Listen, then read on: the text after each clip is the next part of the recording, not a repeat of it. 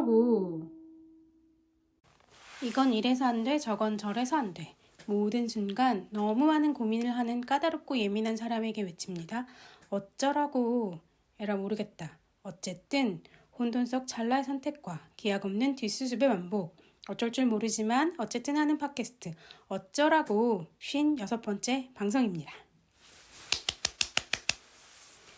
안녕하세요. 저는 바닥이고요. 오늘은 2024년 4월 1일이에요. 진짜로 2024년에 1사분기가 다 지나갔고 1, 2, 3월인 3개월이 다 지나갔고 개학도 했고 정말 봄도 왔고 아직 시작이 아니라고 더 이상은 핑계를 대거나 미룰 수 없는 시기가 온 것 같아서 저도 이제 정신을 차리고 더 조금 달리는 마음으로 살아보려고 해요. 그러니까 달린다기보다는 천천히 할 일들을 한다. 지금까지도 굉장히 성실하게 글 쓰고 그림 연습하고 그림 그리고 이런 것들을 많이 해왔는데요. 이제 할 일들이 슬슬 생겼으니까 저 올해 안에 그 소탐대전 책으로 꼭 내야 되는 것도 계획을 쭉 세워봤고요. 언제 책을 만들 것인지. 그리고 이제 내일이면 작년에도 했던 예술인 파견 지원 사업 예술로의 면접 심의가 있거든요. 그러니까 서류 심사가 지난주에 있었고 이제 내일 면접을 보고 발표가 나는데 작년보다 사람을 조금 뽑아가지고 조금 긴장이 되기는 해요. 그래도 작년 우수 사례니까 아무래도 좀 수월하지 않을까. 그러니까 서류에 가산점을 준다고는 했는데 가산점 면접에 결과적으로 그 가산점을 준다거나 꼭 된다거나 이런 보장은 없지만 그래도 없는 것보다 나을 테니까 잘하고 와야겠다 이런 생각이 들고요. 왜냐하면 작년에는 25명이었는데 올해는 20명만 뽑거든요. 그 참여 기업이 하나 줄었나 봐요. 그리고 신규로 오는 예술인들을 30% 뽑아야 된다고 하니까 20명 중에 30%는 6명이잖아요. 그러니까 14명 안에 들어야 되는 셈인 거죠. 그래서 그 면접 심의 명단을 보니까 20명 좀 안 되는 것 같아요. 그래서 그래도 떨어지는 4-5명 안에는 안 들면 좋겠다. 이런 마음으로 그냥 내일 잘하고 와야겠다. 이런 생각을 했고요. 지금 근황 토크 하고 있는 거예요. 이제 오늘이 4월 1일이니까 제가 매월 말일에 늦어지면 다음 달의 첫날이 다 가기 전까지 가계부를 정리하고 제가 맨날 쓰는 그 마음 날씨표를 쓰거든요. 3월에 마음 날씨표를 정리하다가 2월 달에 그런 생각을 했어요. 지금 기본적으로 기초 체력이 올라오듯이 이런 날들 굉장히 괴롭고 좀 별로고 우울하고 그렇게 느끼는 날들이지만 일기 쓸 때 이 오늘 하루를 내가 돌아볼 때 그래도 이 정도면 괜찮은 하루다. 힘들지만 나는 무너지지 않았고 할 일을 했고 그렇게 나아가고 있다. 이런 오늘을 굉장히 실패한 오늘이라고 보지 않겠다. 오늘도 참 잘 살았다. 이런 생각을 하거든요. 그러니까 그래서 기본적으로 옛날처럼 마이너스 1점, 마이너스 2점인 망했다. 이런 하루가 거의 없고 좋은 날인 거예요. 0, 1, 2, 3 이 점수를 제가 그 척도를 잡아놨는데 대부분 그냥 옛날 같으면 되게 안 좋다 이런 느낌이 드는 날을 마이너스 3, 마이너스 2라고 했다면 그냥 요즘은 0, 1이라고 보거든요. 그냥 이 정도 아무 일도 일어나지 않으면 그냥 0이다. 보통이다. 그리고 어쩌면 이 보통이 평범한 하루가 되게 감사한 것일 수 있다. 이래서 1점을 주고 조금 좋은 날 기분이 좋으면 뭐라도 하기로 한 일을 했다거나 누구 보고 싶은 사람을 봤다거나 연락이 닿았다거나 이러면 그냥 하루에 1점, 2점을 주는 거예요. 그러니까 어지간하면 1, 2, 3에서 왔다 갔다 해서 그때 이 좋은 날의 척도를 4점, 5점까지 늘려야겠다. 이런 생각을 했고 이제 이번 달에 처음으로 해봤더니 정말로 3점, 4점, 5점인 날들이 있는 거예요. 그냥 지난 달까지는 되게 좋다 이런 날들이 다 3점이어서 더욱 좋은 날은 그 표현을 하기가 힘들었는데 더욱 좋은 날, 정말 좋은 날 이런 거는 또 별표 3개 이런 식으로 표시를 하니까 정말 표에 안 좋다고 하는 날이 하나도 없고 그냥 2점, 3점, 4점, 5점 이런 날들로만 이렇게 전체적으로 쑥 평균치가 올라간 느낌이 들어서 되게 좋더라고요. 그랬고 이제 가계부도 쭉 썼고 이번 달에는 수입이 좀 있었어요. 제가 지난달에 정말 2월에 수입이 정말 30만 원밖에 안 된다. 참 어떡하냐 막 이런 글을 썼더니 그냥 조금 저를 유심히 지켜보는 가까운 친구는 야 정말 어떡하냐 어떻게 사냐 이러면서 같이 걱정을 해주고 그랬는데 이번 달에는 인세도 좀 들어오고 아르바이트로 한국어 가르치는 친구한테 돈도 좀 벌고 일본 여행 갔다 오면서 엄마랑 언니들이 용돈 준 것도 좀 있고 이래가지고 이번 달엔 아주 풍족합니다. 근데 이제 내일 면접 보는 예술로 사업에 선정이 된다고 하더라도 이게 첫 월급이 5월이 활동이 시작하면 6월 20일 날 나오거든요. 그러니까 4월, 5월, 6월을 살 돈이 좀 필요하기는 해요. 근데 그래도 되기라도 하면 얼마나 다행이냐 이렇게 생각하고 있는데 그렇고 4월 하순과 5월 초에 서울에서 아까 일산 쪽에서 강의가 들어와가지고 3일 정도 올라가야 돼요. 그러면 그걸 다 하면 또 수입이 100만 원 이상이 될 테니까 한 달은 또 먹고 살 수 있겠다 이런 생각이 들었죠. 그러니까 저는 사실은 한 100만 원 정도면 벌면 살 수 있거든요. 이번 달에 되게 아껴서 썼더니 그 지출이 지난달보다도 확 줄었더라고요. 그래서 괜찮네. 그러니까 저는 돈을 조금 쓰면서 사는 식으로 몸을 적응시켜 왔기 때문에 많이 벌면 많이 버는 대로 조금 벌면 조금 버는 대로 살 수 있는데 그거의 최저치는 100만 원 정도기는 하다. 100만 원도 못 벌면 좀 불안하다. 이런 생각이 들죠. 그래서 지금 4월, 5월, 6월 뭐 어떻게든지 100만 원씩은 있으니까 괜찮다. 이런 생각을 하면서 내일 예술로가 꼭 되기를 기다려 보겠습니다. 그리고 또 하나의 근황으로는 제가 아이클라우드 유료 서비스를 쓰고 있어요. 200기가. 제가 아이폰 쓰고 아이패드, 맥북 에어 이렇게 제 작업하는 환경 디지털 기기를 다 애플 걸로 맞춰놔가지고 그냥 사진은 클라우드 상에서 저장이 되는 거예요. 그거는 약간 핸드폰 사진을 정리하기 귀찮아가지고 계속 저장 하다 보니까 이렇게 된 건데 찾아보니까 거의 10년치가 들어있는 거죠. 이러니까 지금 넘칠만도 하지. 그래서 계속 200기가가 다 됐으니까 뭐 1테라를 써라 이런 식으로 알람이 뜨는데 그럴 수는 없어서 이 사진을 외장 하드에 옮겨놓고 사진첩을 비워야겠다 이런 생각을 하고 지금 오늘 2022년과 2013년의 1월부터 6월까지를 뭐 한 2, 3천 장 정도를 옮겼어요. 외장 하드에. 근데 외장 하드도 정리해야 되는 거야. 그 외장 하드를 열어보니까 그 한 10여 년 전에 제가 10년 전에도 아이폰을 썼으니까 그 전에도 아이폰을 썼으니까 뭔가 그때 한번 또 이런 식의 일이 있었나 봐요. 그래가지고 백업을 하면서 사진을 외장 하드에 그냥 정리 안 해놓은 채로 폴더명이 이런 거야. 두려워서 열어볼 수 없는 백업 사진들 막 이래가지고 저장이 되어 있는데 그거를 더 이상 미룰 수 없을 때 해야 될 것 같아요. 지금 외장 하드에 공간도 없고 사진을 버려야 할지 고민이 됩니다. 그러면서 또 자책으로 돌아가는 어떤 습관이 있잖아요. 그러니까 그 1, 2, 3월에 할 일 없다고 계속 방에서 누워서 심심하다 할 때 이런 거 했으면 얼마나 좋았을까. 지금은 이제 할 일이 조금씩 생기기 시작하니까 마음이 급하단 말이에요.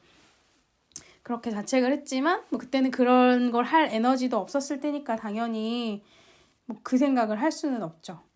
그러니까 지금 또 마음이 급해진 이유가 뭐냐면 소탐대전 출간 지원 받아가지고 책 만들기로 했잖아요. 그래서 저는 그냥 막연하게 그냥 주간 연재하다가 원고 30개 모이면 인쇄해야지 라고 그러니까 편집 디자인하고 인쇄해야지 생각했는데 빨리 하기로 했잖아요. 마음만 그렇게 먹고 구체적으로 계획을 세우진 않았는데 지난주에 구체적으로 계획을 세웠어요.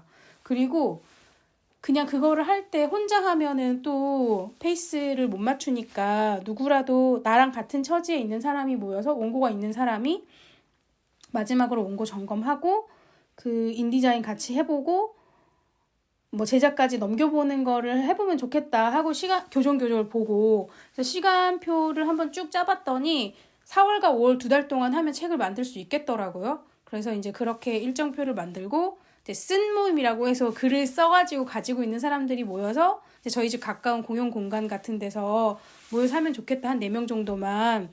그래서 이제 뭐 참가비 4만 원 이렇게 해서 올렸는데 당연히 소식은 없고요. 소식은 없어도 그냥 저 혼자라도 그 날에 꼭 그렇게 하겠다라는 어떤 기준과 지침이 되어서 이제 할 수 있을 것 같아요. 매주 목요일 저녁에는 소탐대전 책 만드는 날로 이제 정했어요. 그리고 이제 원고의 완성을 그러면 이번 주에는 첫 시간이니까 약간 오리엔테이션처럼 목차랑 원고 정리하는 걸 하고 원고를 완성된 모든 원고를 가지고 있는 게 4월 10일이다 이런 식으로 그 일정표에도 썼고 저의 계획도 그러해요. 그래서 지금 소탐대전을 보니까 16번까지 15번까지 썼거든요. 그래서 30개는 너무 많고 그냥 20개만 모아가지고 일단 얇게라도 책을 내려고요. 독립출판은 그렇게 막 두꺼울 필요는 없으니까 완성도를 계속 고민하다 보면 책으로 나오는 거는 미뤄질 것 같아서 원고 20개로 책을 만들기 위해서 4월에 원고 다 써버리고 4월도 아니야. 4월 10일까지 원고 다 써버리고 그 이후부터는 편집 디자인하고 교정교열 보고 표지 만들고 해서 제작 인쇄 넘긴다. 이런 계획을 세웠기 때문에 지금 마음이 급해요. 지금 오늘부터는 날마다 소탐대전 하나씩 미리미리 써야 돼요. 그런 상태입니다. 그리고 이제 오늘의 할 얘기를 뭘 하면 좋을까 생각을 좀 하면서 오랜만에 제가 물론 그냥 녹음기 켜고 아무 말이나 해도 할 말은 되게 많기는 한데 그냥 오늘은 그 3월 가계부를 쓰다가 제가 그 매년 11월에 건강보험료가 정산돼가지고 오르거든요. 뭐 내릴 수도 있겠지만 대부분 오르겠죠? 어떻게든지 보험료를 많이 받고자 하는 게 이제 보험공단이나 보험회사의 생각일 테니까. 그래서 이제 프리랜서들에게 매년 연말이 해촉증명서를 떼느라 되게 정신없는 때예요. 그러니까 보험료 정산되기 전에 해촉증명서 떼가지고 나는 니네 보험공단이 생각하는 것처럼 그 일을 계속하고 있는 게 아니다. 그러니까 예를 들면 이런 거죠. 제가 2022년 1월과 2월에 제법 큰 돈을 받고 제법 큰 돈이라고 했죠. 얼마겠어요. 300 받고 책 만드는 일에 투입이 됐어요. 그러니까 건강보험공단에서는 그 회사에 내가 매달 그렇게 300씩 받는다는 가정으로 혹은 매해 그렇게 번다는 가정으로 올해에 건강보험료를 부과하는 거예요. 근데 이제 그때 일은 단기적인 일로 그냥 딱 한 번 하고 끝나는 거거든요. 그래서 해촉 증명서를 떼는 게 프리랜서들한테 일인데 저는 2022년에 이사 오면서 집을 샀잖아요. 그래서 그때 갑자기 건강보험료가 확 올랐어요. 제가 완주에 있을 때는 정말로 12,000원에서 15,000원 사이만 냈거든요. 건강보험료를. 그러니까 소득 수준이 낮으니까 보험료 되게 쬐끔 내고 시골이라서 또 뭐 할인되고 이런 게 있었나 봐요. 그래서 2만 원이 안 넘었었는데 집 사니까 막 10만 원 8만 원 이렇게 오르더라고요. 그래서 그때는 그거를 당연한 거겠지. 그러니까 그 금액이 적절한지는 알아볼 생각도 안 하고, 그러니까 이거가 조금 그때 그런 것도 더 부지런을 떨고 자세히 알아봤어야 되는데 전화로 문의만 해서 이렇게 한 게 맞냐라고 하면 됐었을 것 같은데 그냥 그때는 그냥 넘어갔었고 그래서 건강보험료가 한 3만 원에서 4만 원 사이로 안정이 됐어요. 그래서 이 정도가 나한테 적절한 수준인가 보다. 저는 막연하게 그렇게 생각하고 그 15,000원 정도의 2배니까 뭐 완주에서 50% 정도 할인해줬나 보다. 속으로 그냥 그렇게만 생각을 한 거예요. 그러다가 예술로 사업을 하면서 월 급여를 받으니까 또 건강보험료가 5, 6만 원대로 딱 올랐더라고요. 그래서 그런가 보다라고 내고 있다가 이제 그 예술로 사업이 끝나니까 수입이 줄어서 다시 3, 4만원대가 됐더라고요. 그래서 진짜 되게 합리적이고 똑똑하다 건강보험공단 이렇게 생각하고 있었고 이게 뭐 3만 몇천 몇십원 이러고 제가 카드로 자동이체를 하거든요. 그러면 사회보험료는 카드로 자동이체를 하면 수수료가 또 몇백 몇십 원이 붙는다고요. 그래서 이제 그거를 그 돈도 아끼고 싶으면 안 하는 건데, 카드 회사에서는 그래도 이 사람들을 유치하는 게 중요하니까 그 수수료를 카드 회사에서 감당한다는 식으로 할인을 해준다. 무이자 할부 혜택을 주듯이 그 수수료 할인 혜택을 준다. 그러니까 우리한테서 보험료를 내라. 뭐 이렇게 하길래 저는 카드로 내요. 그러니까 실제로 나오는 금액에서 몇백 몇십 원이 할인돼서 나와서 그 금액이 바뀐 거를 신경을 못 쓰고 있었던 거예요. 그러니까 예를 들어서 뭐 1,560원이 고지서에 써지는 금액이지만 사실은 국민카드에서 결제돼서 나가는 돈은 그 결제일에 나가는 돈은 그 수수료를 할인해 주니까 뭐 130원이 할인된 1,430원 이런 식인 거죠. 그러니까 작년 11월 이후에 건강보험료가 올랐어요. 지금 계산을 해보니까 40원 올랐더라고요. 오르고 나서도 그냥 같은 금액이라고 막연하게 생각하고 있었던 거예요. 그래서 1, 2, 3월에 제가 또 기운도 없었으니까 가계부를 쓰긴 썼지만 그걸 꼼꼼히 보질 않아서 오늘 보니까 금액이 아무리 봐도 다른 거예요. 그 수수료가 빠진다고 해도. 그래서 이상하다 하고 봤더니 40원 차이가 있는 거야. 그래서 40원이 올랐나 보다 하고, 근데 이제 변화가 생기면 저는 그게 왜 그런지 그 근거를 찾아서 확실하게 알고 싶거든요. 그래서 건강보험공단에 가져가서 어떤 내역으로 올랐는지, 내 소득 점수가 그만큼 40원만큼 올랐나 하면서 가서 봤더니 소득 점수가 되게 많이 오른 거예요. 그러니까 저는 이 집을 가지고 있어가지고 그 재산 점수가 높아가지고 건강보험료가 오른 줄 알았거든요. 근데 그 정산 내역에 재산 점수는 0점이야. 근데 소득 점수가 꽤 높아서 그 금액이 나왔다는 거예요. 그래서 그러면 이 집은 그렇게 되게 비싼 집이 아니니까 그 재산 점수에 그 영향을 못 미치는구나. 소득이 중요하구나. 이걸 알았어? 그렇다면 이 높아진 소득 점수를 낮춰서 건강보험료를 내려야 될 거 아니에요? 그러면 이제 저도 다시 해촉증명서에 그 3개로 진입해야 되는 거죠. 그 작년에 예술로 사업 끝날 때 담당자 선생님이 해촉증명서 필요하신 분 얘기하세요. 떼드릴게요. 그랬는데 저는 그냥 그때도 무슨 생각이었을까? 그런 걸 다 떼서 받았으면 좋았을걸? 그냥 괜찮습니다. 그러고 나서 속으로 생각하고 있었어요. 그러고 나서 이제 이 나의 2024년 기준이 되는 건강보험료가 왜 이렇게 나왔는지 건강보험공단에 가서 물어보고 싶은 거야. 근데 물어보기 전에 저는 제가 뭔가를 준비를 막 해야 된다고 생각해요. 그 작년에 제가 이왕이면 집을 사기로 했습니다. 쓸 때도 그랬는데 부동산, 공인중개사 사무소에 발을 들이러 들어가기 전에도 대충 내가 저 사람이 하는 말을 알아들어야 될 것 같고, 집을 구하는 사람들은 이 정도는 알아야 될 것 같다는 기준이 되게 있어서 건강보험공단에 전화하기 전에도 그러면 내 주변에 나 정도 보는 애들이 보험료를 얼마 정도 내는 거지? 그거에 비해서 내가 많이 내는 건가? 아니라면 그냥 이 수준으로 내는 거라면 굳이 전화 안 해도 되는 거 아닌가? 안 물어봐도 되는 거 아닌가? 이런 생각을 하면서 막 주변에 있는 친구들한테 물어보고 싶은 거예요. 그래서 이제 내일 예술로 면접 가니까 예술로 면접 보는 선생님들한테 물어볼까? 근데 또 한 번 더 생각하면 이게 수입에 좀 직결된 문제니까 뭐 한 번에 계산은 되진 않지만 선생님 건강보험료 얼마 내세요? 해서 뭐 저 얼마 내요? 뭐 얼마 내요? 하면은 돈 되게 많이 버시나 보다. 혹은 그러니까 그런 생각을 할까 봐. 근데 누가 할까 봐지? 저는 이런 막연한 그런 생각에 대해 주체도 없고 진짜 막연하다. 내가 이 선생님들이 그 정도 건강보험료를 낸다는 얘기를 들었을 때 저 선생님 되게 돈 많이 버시나 보다라고 생각하고 질투하는 것이 두려웠을까? 아니면 내가 이 정도 내는데요 라고 했을 때 상대방이 나를 그렇게 보는 게 두려웠을까? 그러니까 이거를 명확하게 생각하지도 않고 그냥 그런 얘기를 까놓고 한다는 것 자체가 되게 두려웠던 것 같아요. 그래서 이걸 어떡하지? 그런 건강보험료 얼마입니까? 라고 물어보는 게 상대에게 신뢰인 것 같은데 그럼 물어보면 안 되나? 그러다가 그냥 나는 얼만데요 라고 그냥 내 것만 얘기할까? 막 이런 생각을 왔다 갔다 하다가 그나마 좀 편한 사람, 저의 파트너인 우리 김보람 작가가 이제 내일 예술로 면접 보러 들어오거든요. 호주 뉴질랜드 작업여행을 마치고 그럼 보람한테 물어봐야지 라고 생각하다가 제가 이 조급함을 결국 견디지 못하고 조금 전에 전화를 했어요. 근데 전화하기 전에도 오늘 4월 1일이잖아요.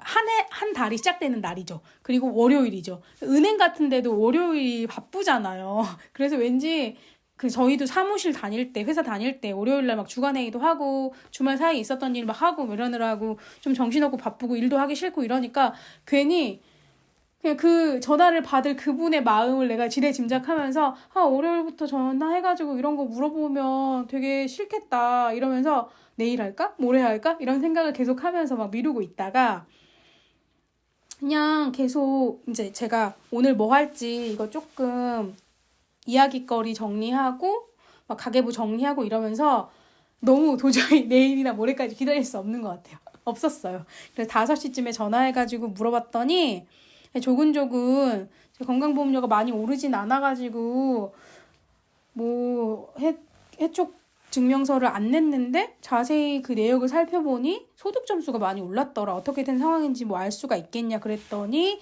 작년에 소득이 뭐 되게 얼마가 많이 잡혀 있다. 뭐 이제 회사 이름을 나열하시면서 여기에 잡혀 있네요. 거기 다 단기적으로 일하시고 지금은 안 하는 데세요. 그래서 그렇습니다라고 했어요. 그러면 해촉 증명서 떼 오시면은 조정이 돼가지고 괜찮을 것 같다. 그래서 제가 그쪽 담당자 선생님이 말하는 회사를 막 받아 적다가 선생님 제가 다 받아 적지 못했는데 다시 한번 불러주시겠어요? 라고 했더니 금액의 차이가 있으니까 어떤 데는 300만 원 받고 어떤 데는 막 10만 원, 20만 원 받았을 거 아니에요. 근데 10만 원, 20만 원들 받은 것까지 필요 없고 제일 큰 거 몇 개만 떼면 너의 총 사업소득이 얼마 이하 그 기준점 이하로 맞춰지니까 괜찮을 것 같다 이러면서 2군데, 3군데 정도를 불러주셨어요. 그래가지고 이제 거기 해촉 증명서만 받으면 되게 됐죠. 그러면 건강보험료가 뭐 최저 수준인 2만 원대가 된대요. 그러면 괜찮을 것 같습니다.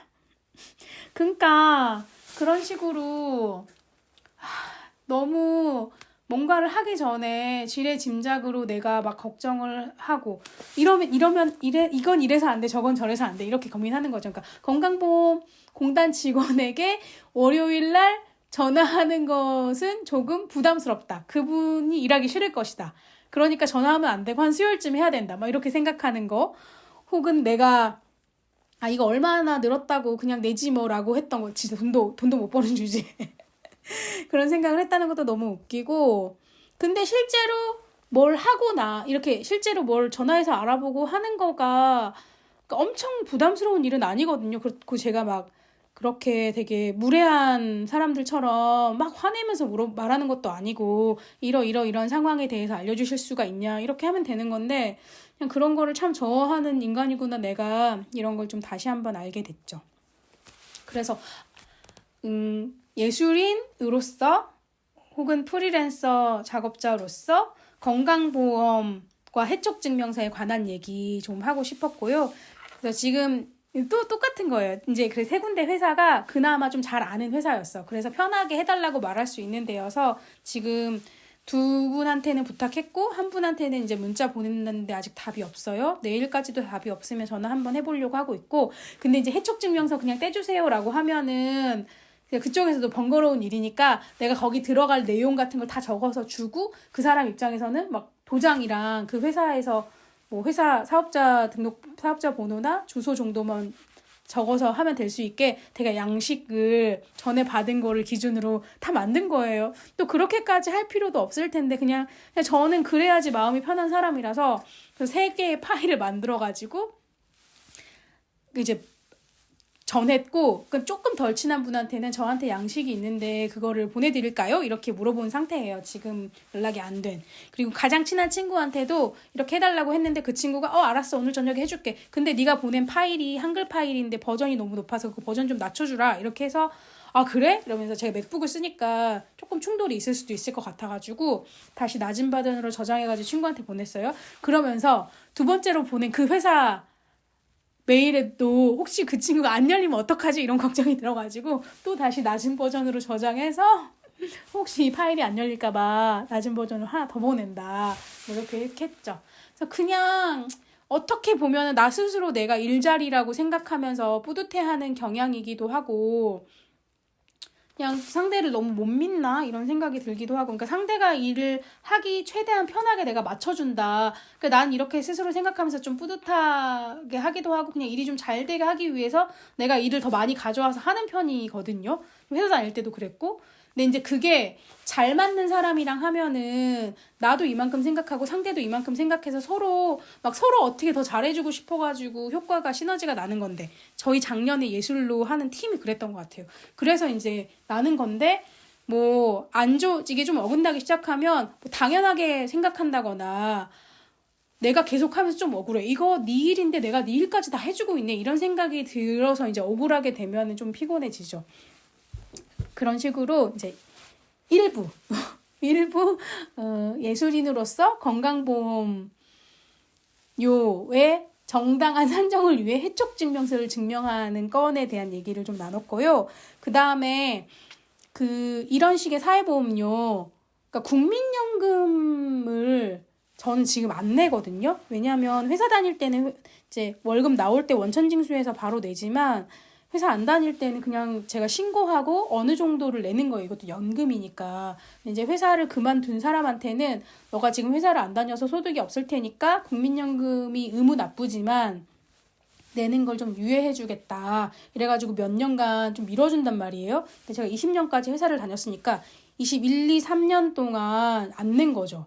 그래서 이제 왔더라고요. 고지서가. 이제 너 그 기간이 다 끝났으니까 국민연금 내야 된다. 그래서 이제 이것도 다른 예술인 친구들은 국민연금 어떻게 하고 있나 좀 궁금해서 가장 친한 저희 오리님에게 물어봤더니 내고 있다고 하더라고요. 그래서 소득 기준 제일 낮은 걸로 해가지고 어느 정도 내면은 되지 않겠냐. 이렇게 해서 그렇게 하려고 생각은 하고 있는데, 예술인 복지재단에서 그렇게 내가 내는 국민연금의 50% 정도를 지원해주는 제도가 있어요. 그래서 뭐 얼마를 낼지 모르겠어요. 저도 이제 그 신고하고 재개 신고하러 가야 되는데, 뭐 한 달에 뭐 4만 원 냈다라고 하면은 그 50%인 2만 원을 다 내고 난 다음에, 그러니까 올해 국민연금을 다 냈으면 내년 어떤 지원사업 기간에 네가 낸 거를 증빙하면 그거의 일부를 지원금으로 돌려주는 거를 예술인 복지재단에서 하고 있더라고요. 그래서 그렇구나라고 생각하고, 이제 건강보험이라는 어떤 저에게 큰 산을 하나 넘었잖아요. 그러니까 국민연금도 재개해야겠다. 그런 생각을 했습니다. 그래서 5월 10 며칠까지 그걸 내라고 하더라고요. 그래서 이제 그렇게 하려고 제 마음의 준비만 하고 있어요. 이 예술로 내일 면접 보고 발표 나면 그거 되면은 조금 더 빨리 하고, 안 되면 미루고 마지막 날이라도 해야지. 이렇게 생각하고 있답니다.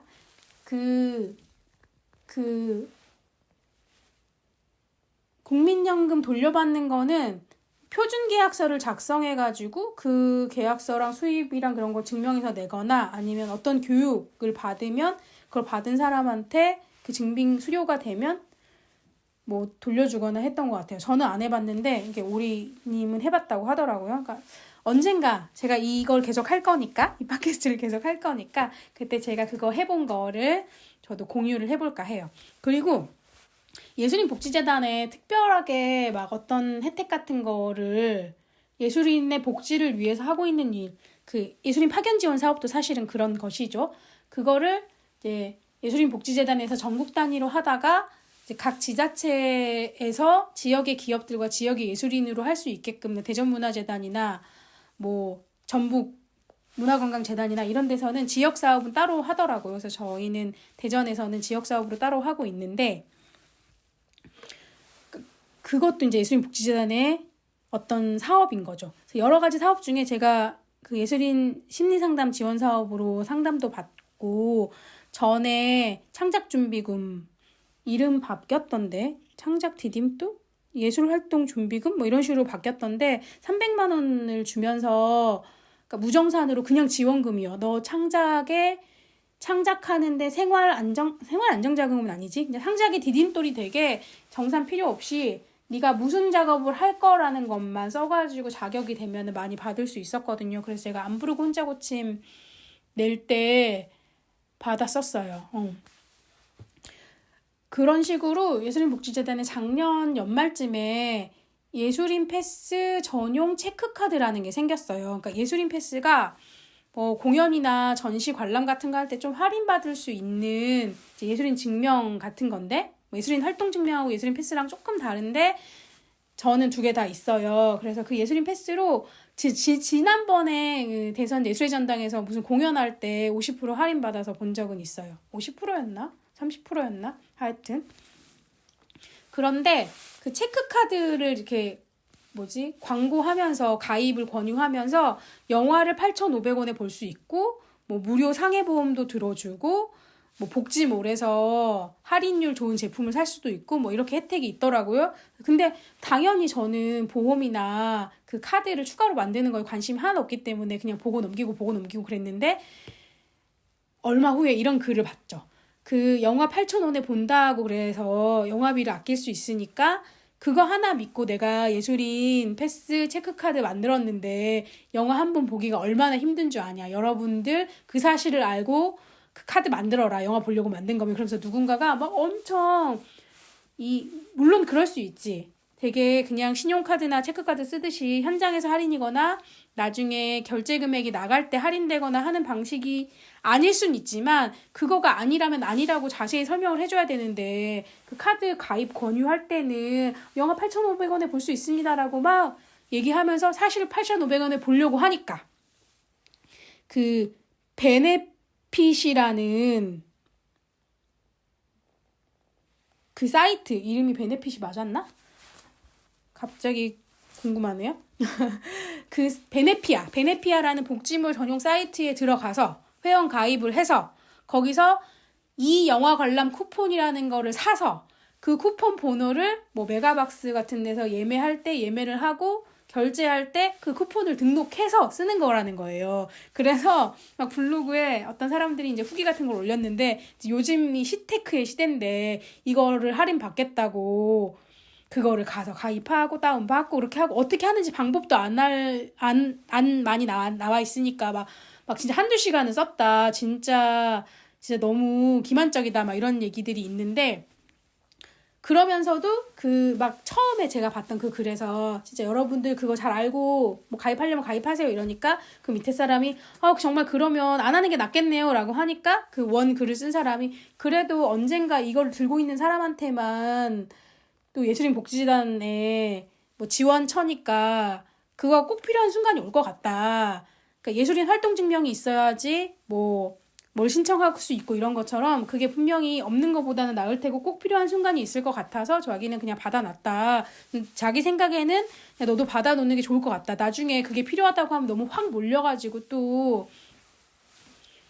뭐 이렇게 발급 절차가 어려워지거나 길어질 수 있으니까 이런 얘기를 해서 그럼 나도 발급 받아야지라고 계속 머릿속으로만 생각하고 있다가 지난주엔가 신청해서 받았어요.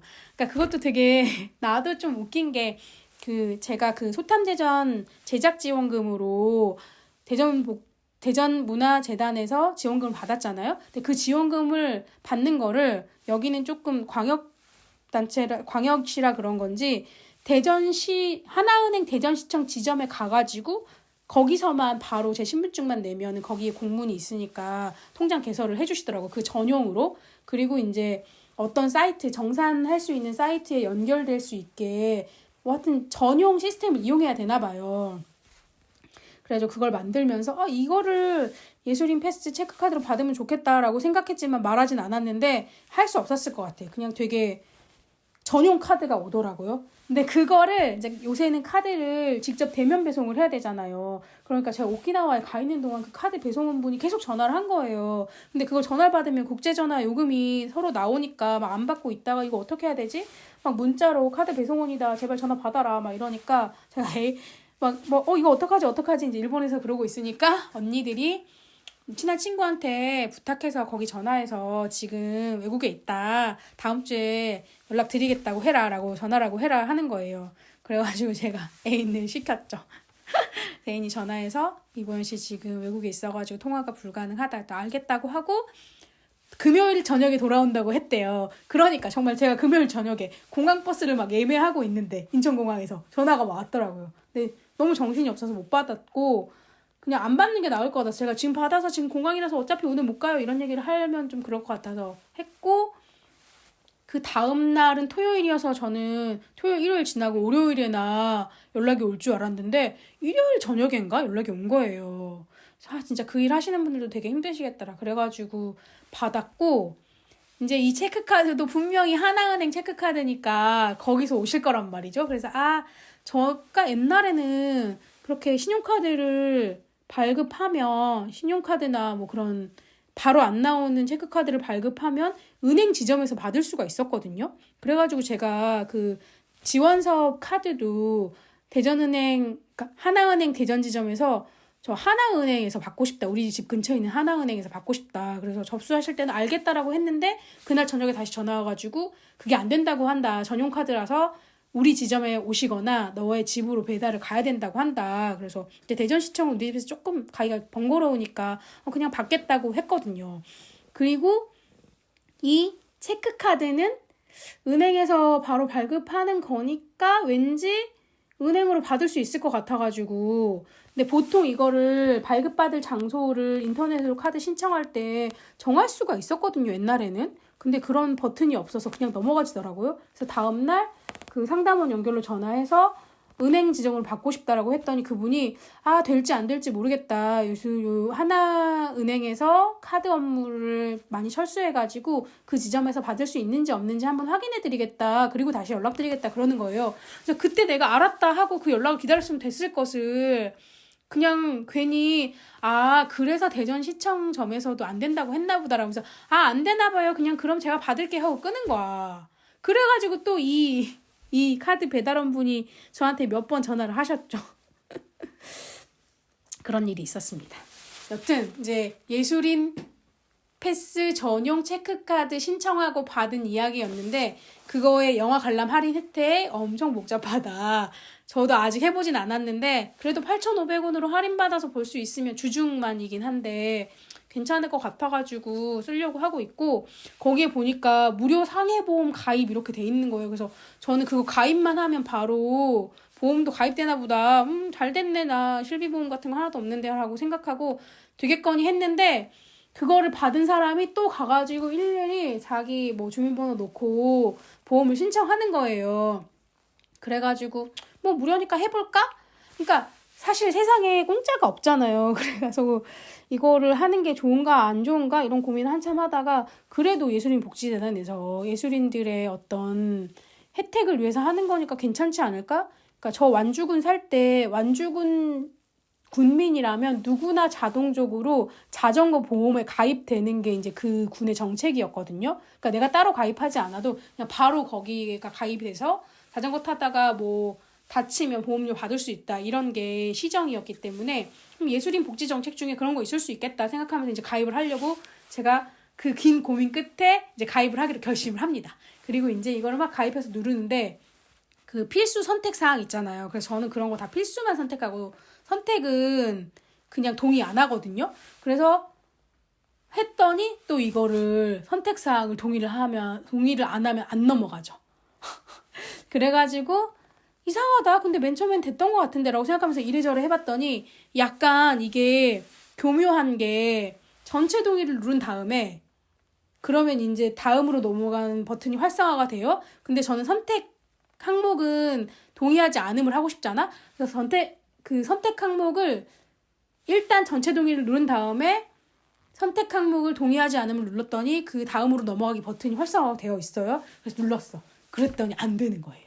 그러니까 뭔가 그 주소가 잘못됐다, 연결이 안 된다, 뭔가 조건이 안 맞는다 이러면서 그래서 이거 그 사항까지 다 받고 그걸 기반으로 뭔가 다음 영업을 하기 위한 미끼 상품 같은 거구나. 사실 뭐 공짜가 있을 리가 없잖아요. 그리고 자세히 읽어봤더니 그 1년짜리 계약이더라고요. 그러니까 뭐 교통재해를 입은 사람한테 1,000만 원, 뭐 골절 수술비 100만 원, 그다음에 뭐 성인질환 수술비 10만 원, 뭐 범죄 위로금 100만 원 이런 게 이제 혜택인데, 그리고 이 제목은 이 보험의 상품의 제목 이름은 예술인 지킴이 안심보험이에요. 그래서 한번 해볼까 하다가 그냥 1년짜리만이고 이런 다 선택사항들 다 막 전화도 받고 막 이래야 될 것 같아. 그래서 이제 다른 보험을 영업하실 것 같아요.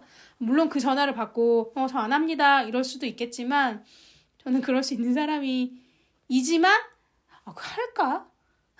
제가 이거 하기 전까지만 해도 이거 안 해 그냥 하고 말았었는데 그냥 다 선택사항 예스 하고 해봐야겠습니다. 지금 갑자기 마음이 널뛰듯이 바뀌어가지고 해봐야겠다고 바뀌었고요.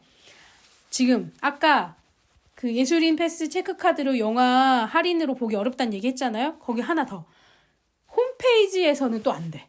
그러니까 이게 어플이 있으면 어플에서 그 8,500원 이 쿠폰을 살 수가 있는데 홈페이지 제가 이제 PC가 편하니까 맥북으로 계속 이거를 가입하고 뭐 알아보고 있는데 영화 할인의 쿠폰도 뭐 영화 구매권도 뭐 메가박스도 뭐 아무래도 안 되는 거예요. 이상하다. 그 복지물이라는 걸 제가 써본 적이 없으니까 약간 공무원들이나 어떤 대기업들 대상으로 직원들이 조금 할인받을 수 있는 그런 몰이 있나 본데 그런 걸 뭐 써본 적이 있어야죠. 그래서 거기에 메가박스로 들어가서 막 영화 예매를 또 내가 그 베네피아라는 곳에 회원 가입을 해? 근데 거기에 연결된 또 알라딘이나 예스24나 메가박스나 CGV 같은 거 다 있는 거예요. 그래서 또 거기에 아이디로도 들어가서 예매를 하는 거예요. 그래서 이게 할인이 되나 안 되나 이러면서 이상하다고 생각했는데 그 사용 후기를 쓴 사람들은 다 어플로 했더라고요. 그래서 어플을 찾아보니까 어플에는 8,500원 영화 구매권을 판매하는 거예요. 그래서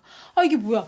또 홈페이지에서는 안 돼? 이게 엉망이네 이런 생각을 하면서 하지만 시간을 많이 들이기는 하지만 할인을 받을 수는 있다. 그리고 이제 한번 어떻게 하는지 알고 있으면 그렇게 또 시간이 오래 걸리진 않잖아요.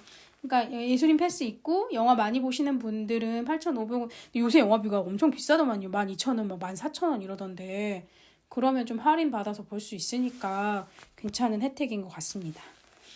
진짜 이렇게 이 얘기했다 저 얘기했다 왔다 갔다 하지 않으려고 오늘의 할 얘기를 기획안 그 시나리오처럼 적어놓고 시작했는데 오늘 그렇게 해도 이렇게 왔다 갔다 하게 되네요. 제가 너무 녹음을 하기 전에 내가 너무 흥분해서 말이 빨라지고 좀 목소리가 커지고 좀 세게 하는 경향이 있으니 좀 느리게 신뢰감 있는 목소리로 저음으로 얘기해야지라고 생각했지만 그렇게 하지 못했네요.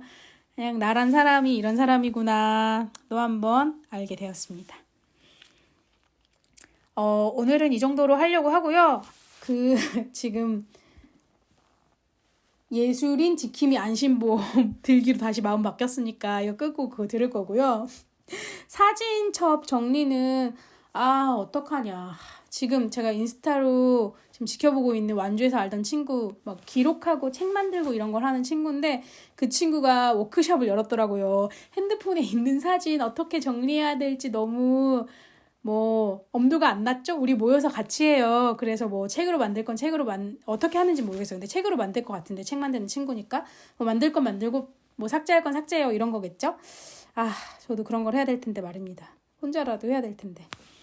지금 이거를 더 돈을 들여가지고 아이클라우드에 용량을 높일 수는 없단 말이죠. 저도 모르게 또 오늘 굉장히 오래 흥분해가지고 말도 오래 하고 말았고요. 이제 다음 주에는 조금 더 편안하게 찾아보도록 하겠습니다. 감사합니다.